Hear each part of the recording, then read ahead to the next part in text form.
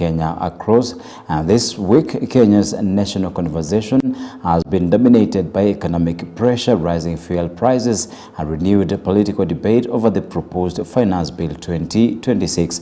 Transport operators temporarily suspended a nationwide strike after protests and clashes linked to increasing fuel costs and the high cost of living. At the same time, political leaders and civil society groups intensified criticism of proposed tax measures, arguing that the country is facing mounting economic strain despite government efforts to stabilize growth and investment.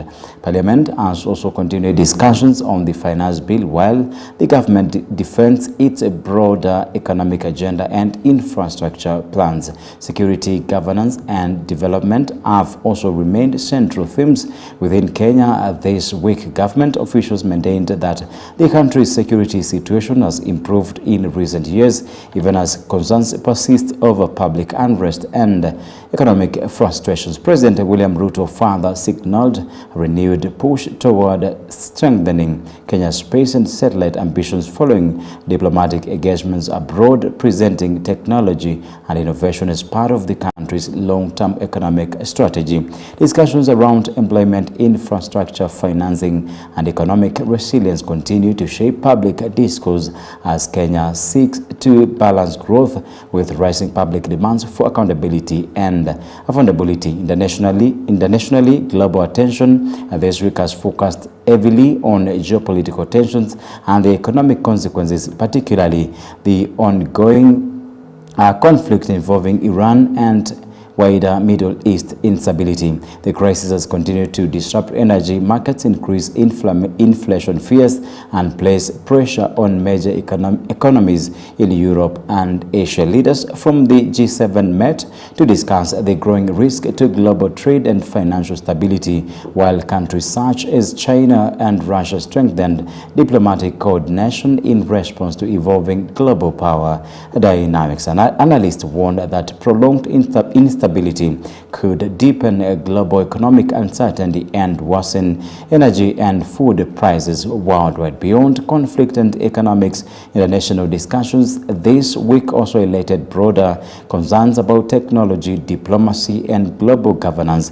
Governments and policy experts are increasingly debating the geopolitical implications of artificial intelligence, cybersecurity, and shifting international alliances across many regions. Leaders are grappling with challenges related to inflation, migration, climate pressures, and weakening public trust in institutions. Together, these developments reflect a world facing both rapid technological change and growing geopolitical fragmentation, with nations attempting to secure economic stability while navigating an increasingly uncertain global environment. Welcome to JK's Thursdays.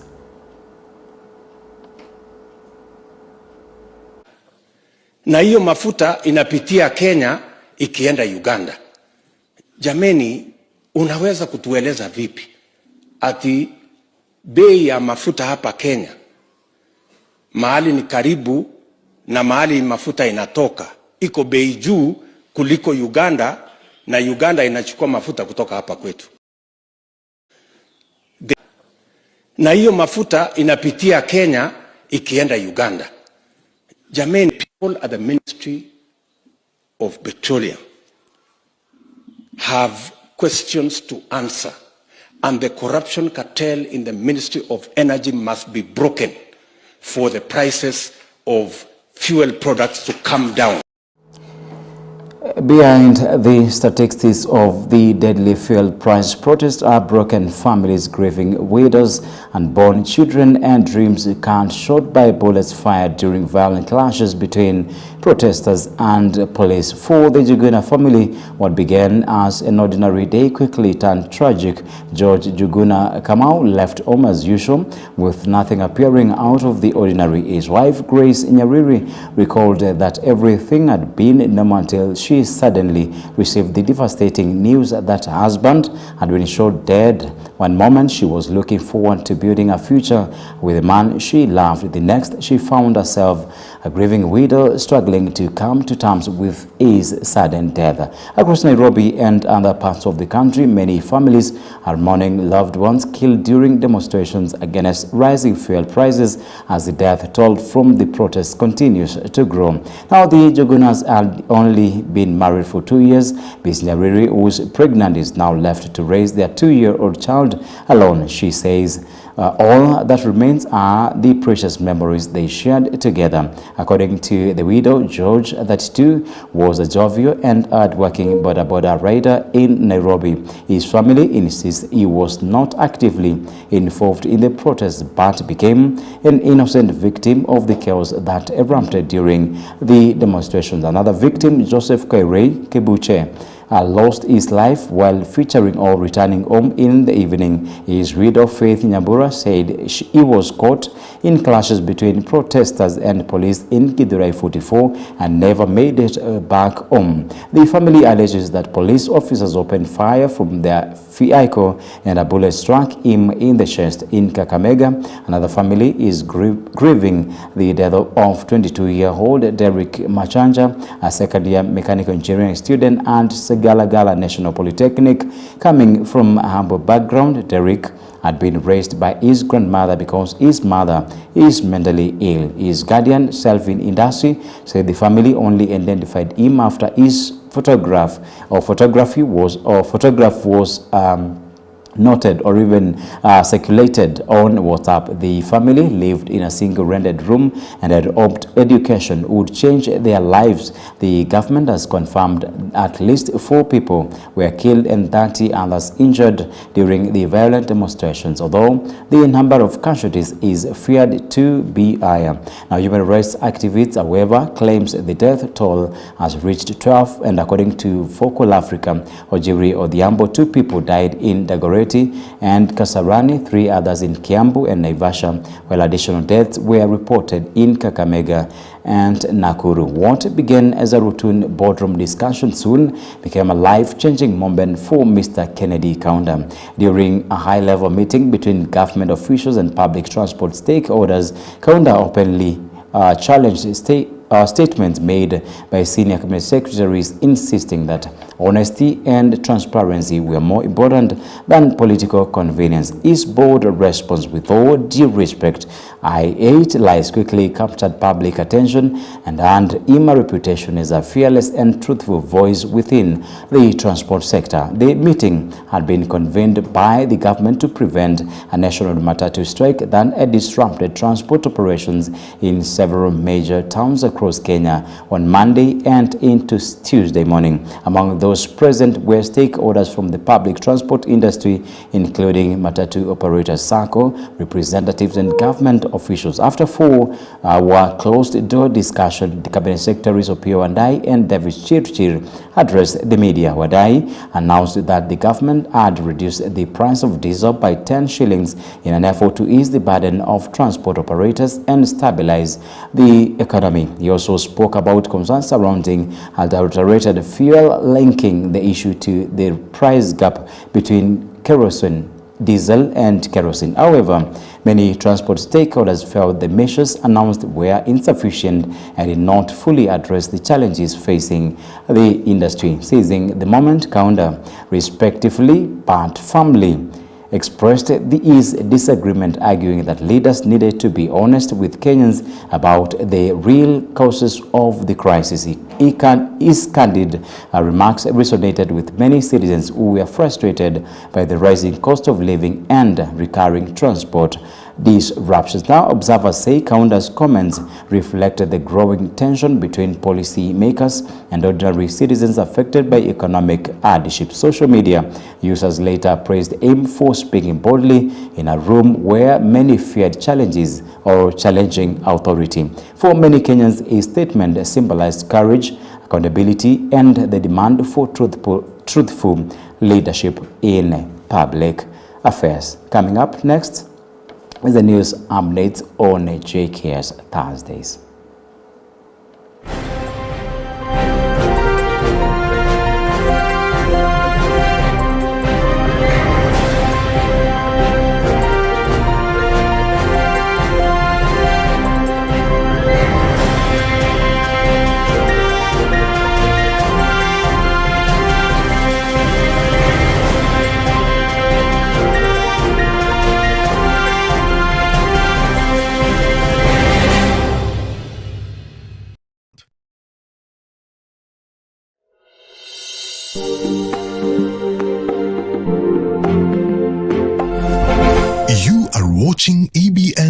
TV, transforming your world.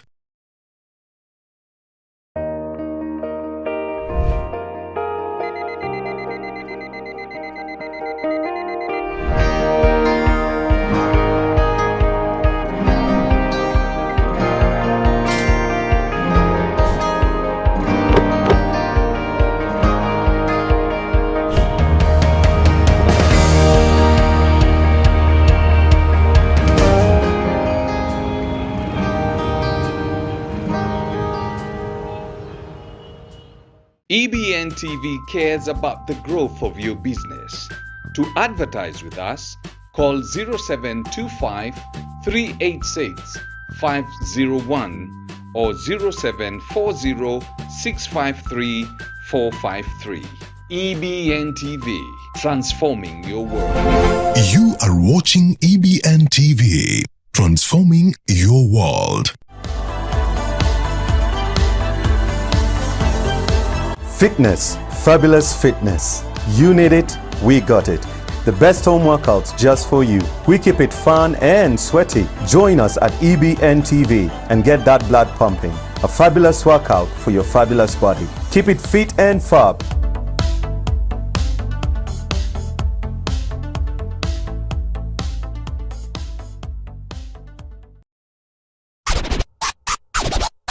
Show in East Africa. Tunakupea dance moto, tunakupea muziki from the latest songs. Ndio masaa yetu. Come every Saturday. Nashona kila kona kama unaraka sana bana ungekuja jana. We have amazing guest artists. Na usisahau kuna word. Na pia kuna amazing topics. Don't miss to watch this on the Manifest Show only on EBN TV. Makofi.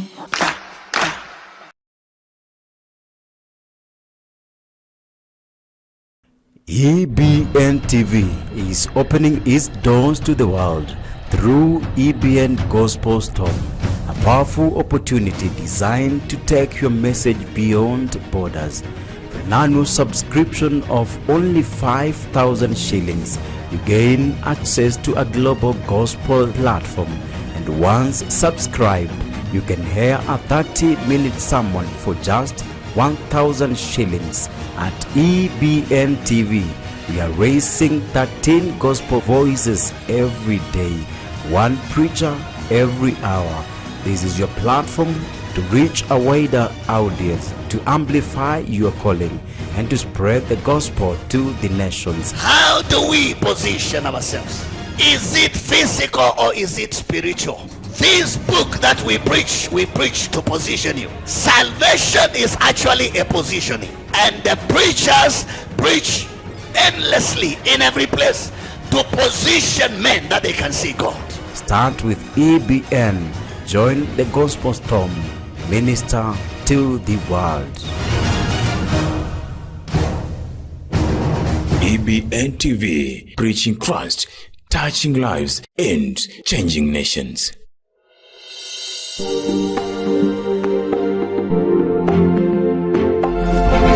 You are watching EBN TV, transforming your world.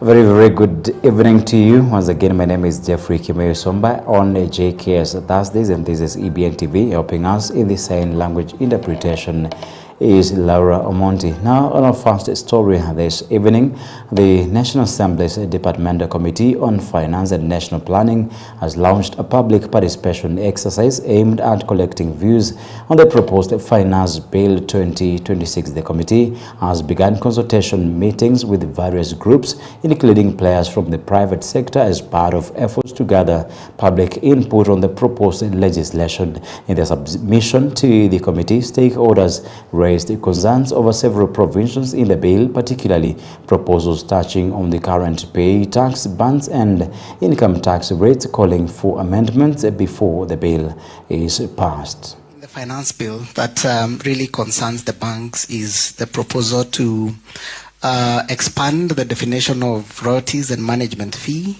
to include card services, in essence making them subject to withholding tax.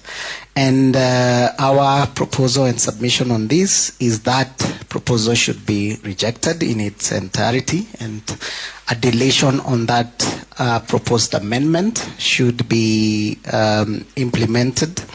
So we all know when you're sending someone money and then they tell you, na uweke ya kutoa, right? So these fees that we are talking about here today are really that. They are transaction fees, they are facilitation fees. And by any stretch of imagination, Chair, they can never be royalties. They can never be management or professional fees.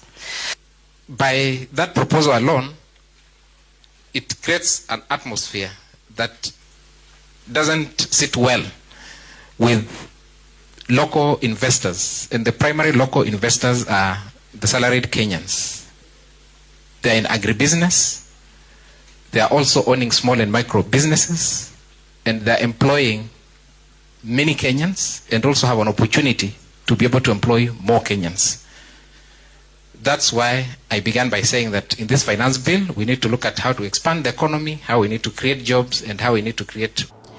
And on a different story, Seafood Society Organization and the umbrella of OKOA have warned that the proposed 4.82 trillion budget for the 2026-2027 financial year could worsen the cost of living for Kenyans as the national debt and domestic borrowing continue to rise. The organizations are now calling on Parliament to reduce government expenditure and amend the finance bill, warning that if no action is taken, they will move to court to seek justice and mobilize Kenyans to participate in peaceful demonstrations. A terrifying contradiction. A government that tables an astronomical budget for the financial year 2026-2027 of Kenya shillings 4.8 trillion, even as basic services like healthcare and public education rapidly decline. We urge citizens to flood the public participation forums for the budget and the finance bill with structured rejections and written memorandum. We demand that the National Assembly of Kenya should radically scale down the proposed increase of excise duty on mobile phones from 10% to 25% and consider retaining the current rate or adopting a modest increase not exceeding 12.5%. President William Ruto has begun his 5-day tour of the coast region by launching several development projects in Mombasa, including the issuance of 33,000 land title deeds during a ceremony held at Matiang'I waterfront. President Ruto said the move would help resolve long-standing land ownership challenges in the counties of Mombasa County, Kilifi County, Tana River County, Taita Taveta County, and the Lamu County. The president also directed the Ministry of Lands to issue an additional 200,000 title deeds within the next 3 months in a bid to permanently address land ownership disputes across the coast region. At the same time, leaders from the coast region who accompanied the president urged Kenyans to re-elect President Ruto for a second term to further boost development in the region and the country at large. Leo, I am instructing the Ministry of Lands waende sasa wakatekate mashamba haya yote, kila mtu apimiwe shamba yake ndani ya siku 90, 90 days. Ndani ya siku 90 mimi narudi hapa kutoa hati miliki 1,200 ya hawa wananchi 1,000,000 watakuwa na. They will call home a place they live today. They will stop being squatters. They will stop being strangers. They will be owners of land, homes to their children and to the future generations that they will give and bequeath these properties. Nishukuru viongozi wa Pwani ambao wamesaidia rais katika kuongoza mazungumzo na wale absentee landlords ambao walikuwa na title deeds, hati miliki, lakini wananchi walikuwa naishi katika mashamba bila hizo title deeds. Alitambua nani? Alitambua kwanza nani? Akatuletea mashamba nani? Akatatua ishu yetu ya mashamba nani? Tumpende tusimpende? Tumsaidie tusimsaidie? Tumbebe tusimbebe? Na kama ni mbaya, kama ni mbaya, kama ni noma, mchana anapanga maendeleo, usiku anapanga maendeleo. Umoja wa Kenya ndio kitu cha msingi. Hatutaki ukabila. Wa Pwani hamuna kura, wa Pwani hamuna share. Sasa watutafutia nini sisi wa Pwani? Waje tafuta nini huku Pwani? Basi sisi tutagagaa na William Samoei Ruto. Baba aliamini in Baba Care. Ulipoingia, you are the first president in this country. Hata wakoloni hawakujaribu kuweza kuleta universal health in this country. Yes, you're joining us now. This is JKS Thursdays on EBN TV. Now moving on, President William Ruto has accused his former deputy Rigathi Gachagua of promoting hate speech and tribal politics that continue to divide the nation. President Ruto claimed that such remarks contributed to the environment that led to the death of gospel musician Rachel Wandeto, who reportedly died after being attacked with a sharp object. It is alleged that Wandeto was targeted because she had tattooed the president's image and government slogans on her body. Speaking in Mombasa, Ruto said the broad-based government would continue delivering development to all Kenyans without ethnic discrimination. He warned leaders using tribal and divisive politics that they would one day be held accountable for their statements. The president said the country cannot continue being divided along ethnic lines and urged leaders to focus on development agendas instead of spreading hatred. The hate you are perpetuating in Kenya, the life of Rachel Wandeto will not go unanswered. You who call others traitors, you mwenye mnawaita Wakenya wengine wasaliti, mpaka mama Rachel Wandeto ameuawa kwa sababu ya chuki yenu, kwa sababu ya ukabila yenu, kwa sababu ya profiling ambayo umefanya Wakenya wengine eti ni wasaliti. Siku moja mutajibu. Na Kenya hii hatuwezi kukubali, hatuwezi kuwaruhusu mtuuzie ukabila, mtuuzie chuki, mtuuzie blackmail. We are telling you, we will not allow you to blackmail anybody in Kenya. You will not blackmail our nation using ethnicity. You will not blackmail our nation using hate ya matatizo mengine ya taifa letu la Kenya. And I proudly say, we are committed to making sure that broad-based government delivers to the people of Kenya. That is the spirit of unity, the spirit of working together, ndio itatusaidia twende mbele kwa pamoja. Ya kwamba leo tunasimama mbele yenu kuwaambia ya kwamba tatizo la mambo ya ardhi ya Pwani, sasa tuko na jibu ya hiyo tatizo. We now have the land answer to the land question that has troubled this cause for years. Asanteni sana ndugu zangu, mnaweza keti chini. Sijui kama tunaelewana jameni. Waswahili wanasema mgala muue lakini haki yake mpe bwana.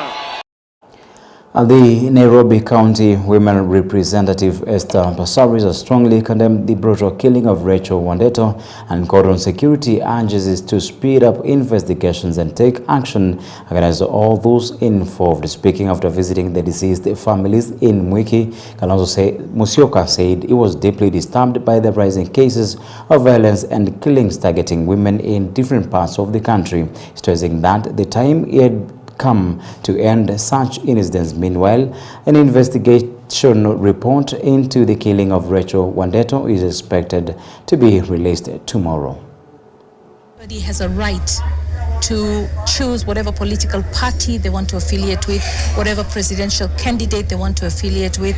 It was obvious that Rachel Muthoni absolutely adored William Samoei Ruto, and she had him tattooed on her body. And yeah, so that was not criminal. I pray that we get justice for her and all the other victims of femicide and sexual gender-based violence, because it's growing. Kila mtu ameumbwa na hisia zake na tamanio zake.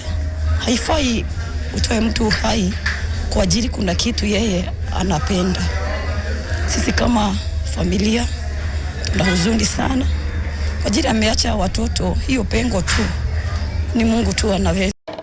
A panic and anxiety have gripped Isiolo County after human remains, clothes and shoes believed to belong to a missing businessman were discovered during a search operation. Investigators are now relying on forensic tests to establish the truth as police intensify investigations into the mysterious disappearance of George Kitonga. Speaking after the discovery, Isaac Sang assured residents that security agencies are doing everything possible to uncover the truth behind the businessman's disappearance. He also urged members of the public to remain calm as investigations continue.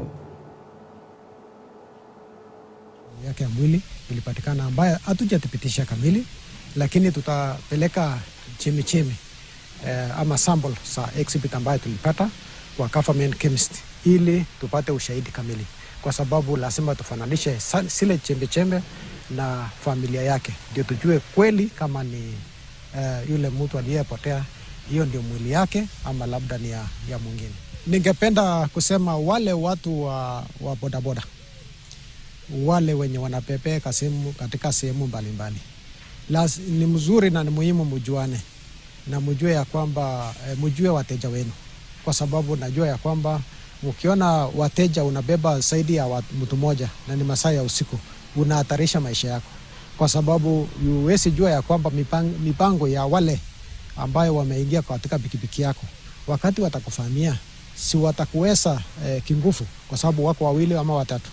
So ikifika masaa ya usiku usikubali kubeba mtu zaidi ya mmoja, na especially kama kuna areas ambayo ni hotspot kama kwenda kambi ya juu maili 3 uende sehemu ya Burat, baadhi ya hizo sehemu za Burat masaa ya usiku usiende zaidi ya uingizwe kichaka mahali uwezi ukajiokoa. Lazima uwe na sana upitie mahali ambayo kuna mwangaza.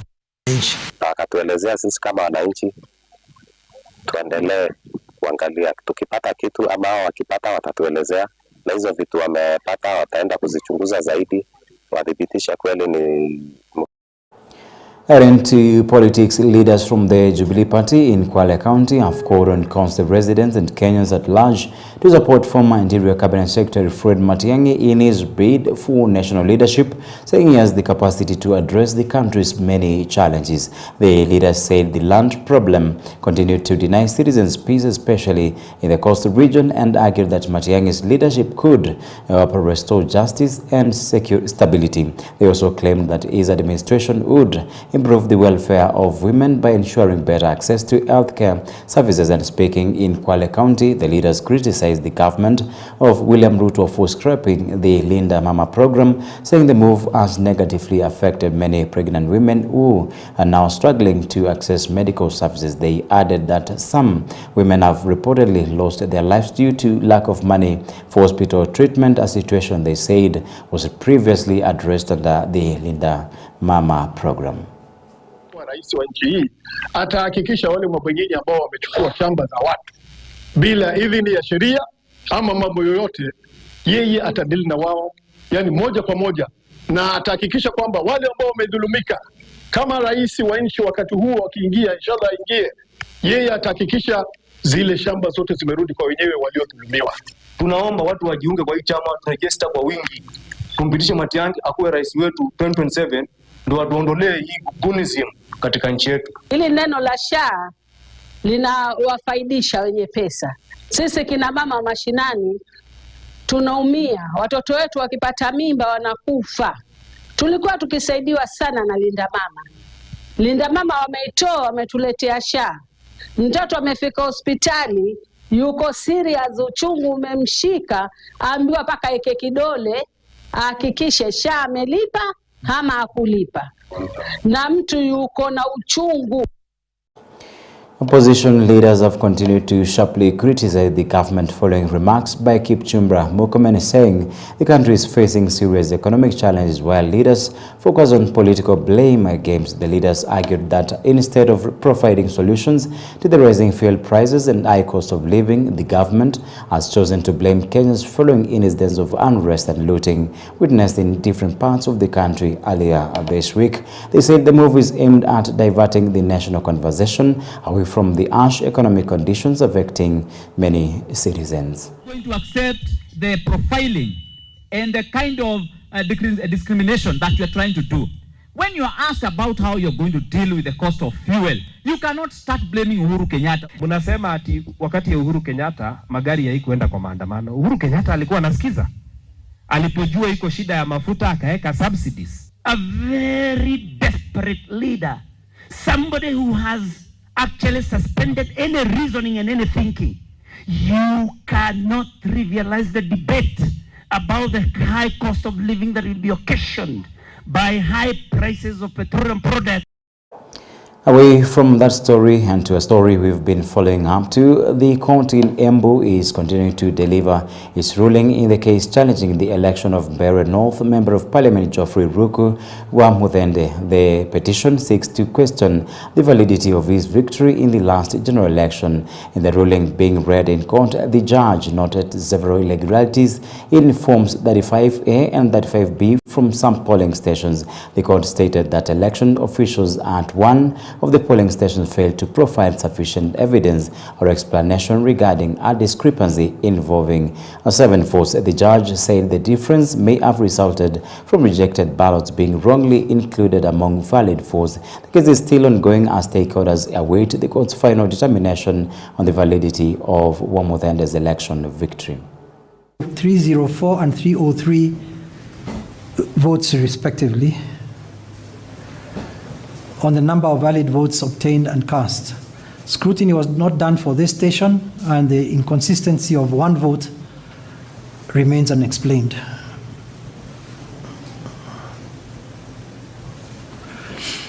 At Kamugu Polling Station 2, Form 35A indicates the number of valid votes obtained as 449, which is where the tally for each candidate is indicated. Whereas in the section of polling station counts, at item 5, the total number of valid votes cast is indicated as 456. This is on the left side of the form, 35. And the total rejected votes are indicated as 7. Shadrach and Nyaga and Jagib, the PO at this polling station, did not testify, and no further explanations were made regarding this inconsistency of 449 and 456 votes. On this latter inconsistency, it appears likely to the court that the 7 votes difference is attributable to the total rejected votes being carried to item 5 and added to the votes obtained. These unexplained inconsistencies in these votes, all these Forms 35 that I've referred to, these unexplained inconsistencies, I should say,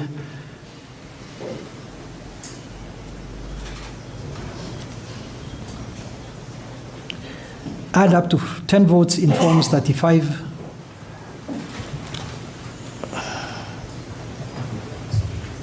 35A, add up to 10 votes in Forms 35A, a difference of 10 votes in Forms 35A and 35B, so that the election result has a 10-vote difference. Correction on the previous story, it's not Geoffrey Ruku, it's Leonard Muriuki Njeru, aka Wamuthende. Now moving on, it is a major setback for former Cabinet Minister Raphael Tuju after the court ordered that the commercial property known as Dari Business Park, which has been at the center of a legal dispute, be put up for auction. In his ruling, Judge Moses Addo temporarily ordered the auction of property belonging to Dari Limited pending the full hearing and determination of the case. However, the court directed Tuju to deposit a security bond of 50 million within 30 days to safeguard the property from being sold. The judge warned that if Tuju fails to comply with the order within the specified period, the court may allow the auction process to proceed.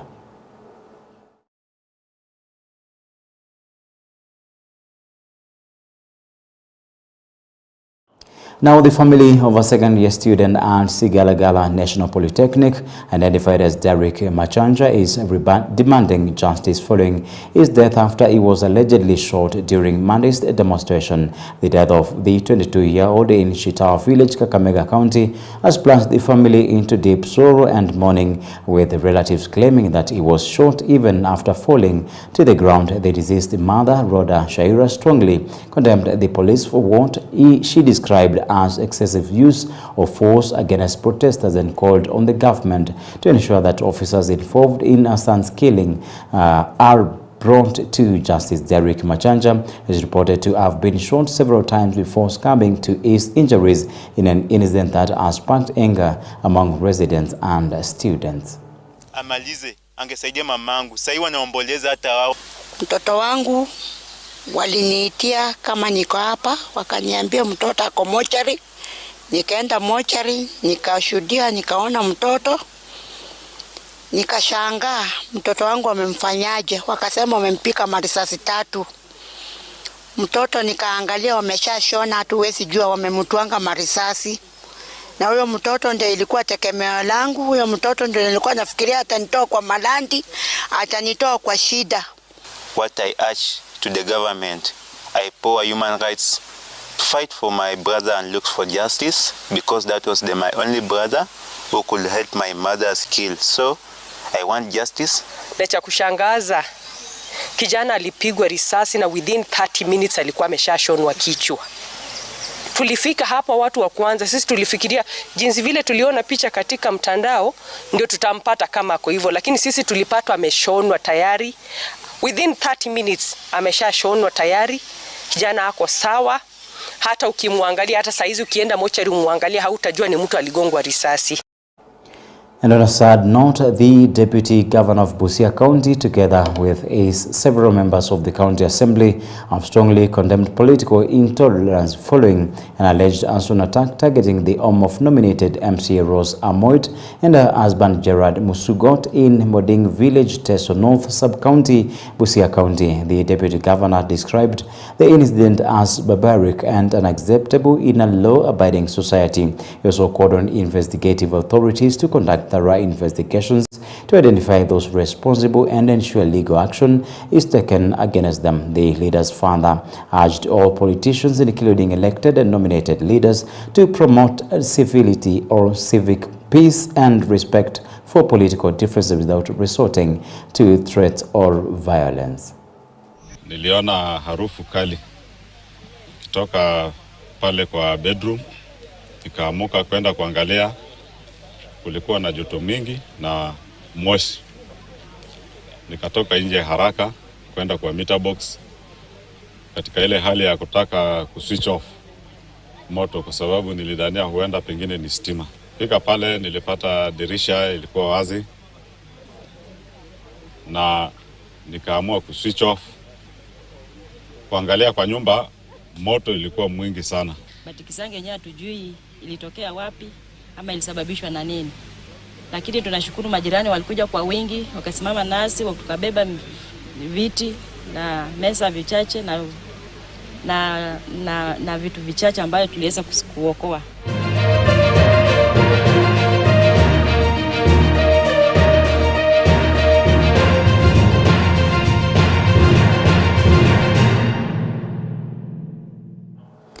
Around 2 sports, Kenya will host the 2026 East African Karate Championship from May 28th to 31st at the indoor arena of Nyayo National Stadium, Nairobi. The tournament is expected to bring together athletes, coaches, and officials from 14 East African countries. For 4 days, fans are expected to witness intense competition in both junior and senior categories as karate athletes battle for individual and team titles. Kenya team captain Francis Wamukui said the team is optimistic about finishing at the top after securing second place last year in Ethiopia. Kenya won a total of 20 medals, including 10 gold, 9 silver, and 1 bronze. It will be represented by 50 athletes who have been in residential training camp for the past 2 months under coaches accredited by the World Karate Federation. I can assure you that the the selected team, we have 50 players right now. That's including cadets and juniors, and the morale is high. The morale, and I can say, even as an athlete, mkiona game nyumbani, pressure pia iko juu kwa sababu we must perform, being at home, with the help of everyone, that the result shall be good. Something else I can add is, we are grateful for the camp ambao tuko sahi, kwa sababu hiyo ndio inatupatia going, tukimaliza huu mwendo sasa wa training, it helps us to settle down. At least akili yako inakuwa focus na what the task that is ahead of us. Nimesema pressure iko juu kwa kila mtu, we can feel it being at home. So we are thankful for the camp, and I know through this, for the week ambayo imebaki, the result shall show. Thank you. I believe, as the captain has indicated, the preparations have been ongoing. At the beginning, they selected the best to the provisional team. And then the 50 that are left are the best of the best. And as the trajectory has indicated, we started last year. We are back, it's back home. So we are very ready to deliver. And without a doubt, the preparations, I think we are done. It's just the final touches, and then we are ready to hit the mat. We are home. Hatuwezi chapiwa home. So that also comes with additional pressure to do our best, which we shall. Round hii tumejitayarisha better, tumekuwa na exposure, tumeattend several international championship, regional and continental championship. Watu wa Arsenali. Following Arsenal FC English Premier League title victory, fans of the club across the world have continued celebrating the long-awaited triumph, which many say have waited for 22 years to witness in Bungoma County. The supporters, led by their chairman Musonge Munialo, expressed great joy, saying they had endured years of ridicule from rival fans. Munialo added that he would like to see the club sign more quality players in order to strengthen the squad and maintain competition against other top teams in England and other fan. David Mbira said this was the club's second league title since 2002 and urged current coach Mikel Arteta to further strengthen the squad through new signings. Meanwhile, Isaac Musaja Barasa said he has been high spirit since the victory and called on their rivals coach Pep Guardiola to be given more time at Manchester City FC, saying their era of winning consecutive league titles has now come to an end. The celebrations come after Guardiola announced he would leave the club at the end of the season. Nafurahia, nashukuru coach, amefanya kazi mzuri. Sasa ni wakati ya vijana, wazee wanazoeka, na wazee wakishazoeka vijana ndio wanachukua. Sasa Arteta aongeze squad next year. Sioni kama kuna timu itasumbua Arsenal. Sasa ni Arsenal mpaka mwisho. Tumefurahia, ni sherehe tunapiga tu sasa. Tumepitia mateso mengi sana, tumetusiwa, tumeitwa majina, tumepigiwa kelele kwa watu, lakini tunashukuru Mungu siku ya leo tumebeba kikombe ambacho tumekitafuta kwa miaka mingi sana, 22 years. Na tunasema asante kwa players wetu, asante kwa Arteta, asante kwa ama fans watu kuweza kusukumana na sisi, kutupatia hope kwamba kila kitu iko sawa. Naomba tarehe 30 ama tarehe 31 nataka tuwe na sherehe kubwa zaidi, manake hii kikombe na imani tunaibeba kwa vyovyote vile. Tuko tunaibeba na hiyo tuna pingamizi, na hata nimekujia kwa ndoto nimeiona kikombe. Kwa upande wangu nimesikia vibaya sana Guardiola kuenda ama kutangaza kuenda. Nilikuwa nataka abaki ili sisi na Arteta ili amuonyeshe kuwa yeye ni coach.